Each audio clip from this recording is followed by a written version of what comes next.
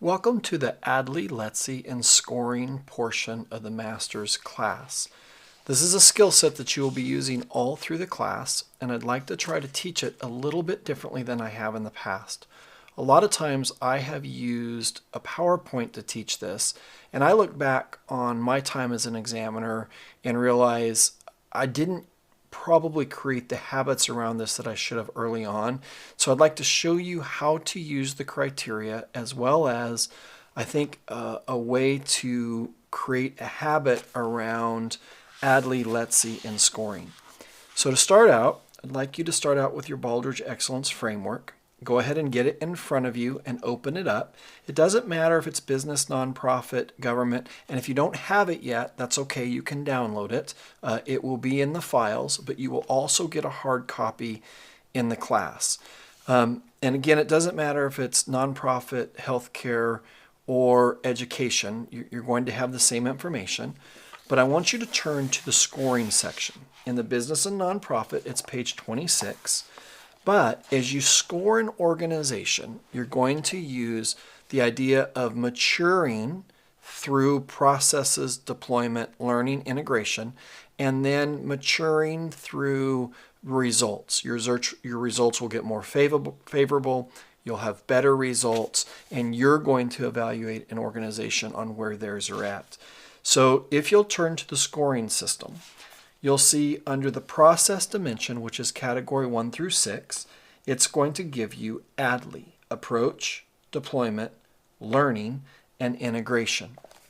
If you look at the picture I just put up on the screen, I want to walk you through, from the ADLI perspective, a strategic planning approach found in the San Diego Charter School application. Baldrige has stated this is a best practice approach to strategic planning. And so I think this illustrates well the ADLI concept. So if we look at approach, it says the methods used to carry out the process, the appropriateness of these methods to the item questions in your operating environment, the effectiveness of your use of the methods, and the degree to which the approach is repeatable and based on reliable data and information. So notice they actually tell you in their application, this is our approach to strategic planning. They're going to tell you what they do, step 1, 2, 3, 4, and 5 as their approach. This is how they conduct strategic planning. Then for deployment, I think like many of you, we've been a part of a strategic planning process, or we've been a part of an approach that we want to do, or we might call it flavor of the month, that we try to put in place in an organization, or our leadership has put in place, but then we don't fully deploy it and actually use it or deploy it throughout the entire organization. So the next piece is, after you have an approach, you want to deploy it. And in the book, it will tell you exactly what that is. Deployment is the extent to which your approach addresses questions that are relevant and important to your organization. Your approach is applied consistently, and your approach is used by all appropriate work units. So if you think of a regional hospital system, do all of the regional hospital systems use the approach? If you're in a school system, do each of the departments use parts of the strategic plan? The idea is that, is it deployed all through the organization? So we talked maybe geographical regions or different schools, but also, does it stay only with your senior leader team, or does that approach move into the second layer of leadership, whatever that is in your organization, and then maybe directors, managers, supervisors, and a highly deployed strategic plan might demonstrate a goal all the way down to the front line, and a frontline provider or worker or teacher could tell you this relates all the way back up to the strategic plan. That would be a very mature, deployed approach of strategic planning. Then are they learning from it? Once it's deployed, are you coming back, and you'll notice here, and reevaluate for learning within the organization? They're analyzing their targets. They review those targets.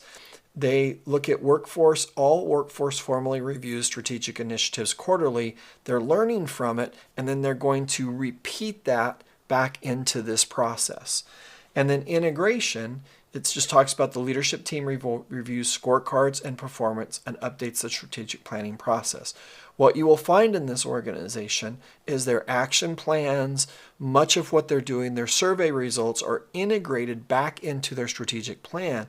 And this is a core process that you will see touch all or most aspects of the organization. That is a highly integrated process. So you'll notice approach, deployment, learning, and integration as one of their key processes. Now, I'm going to turn the page to the scoring, and the reason this is important is the way you will score an organization is based on these four aspects. So you'll notice down here, 0 to 5%. There is no systematic approach to item question is evident. Information is anecdotal. So when we go into the criteria, and I'll just do it so that you can see, and I also want you to see how I'm doing this. For strategic planning, you'll go to category item 2. How do you conduct your strategic planning? You're looking for an approach. They're answering the approach with this graphic, and we're going to ask the question. Is that approach systematic? Do we see deployment in the organization? What's the level of learning we're seeing, and is it a well integrated? Well, if we come up through here, just none, they don't have any, that's 0%.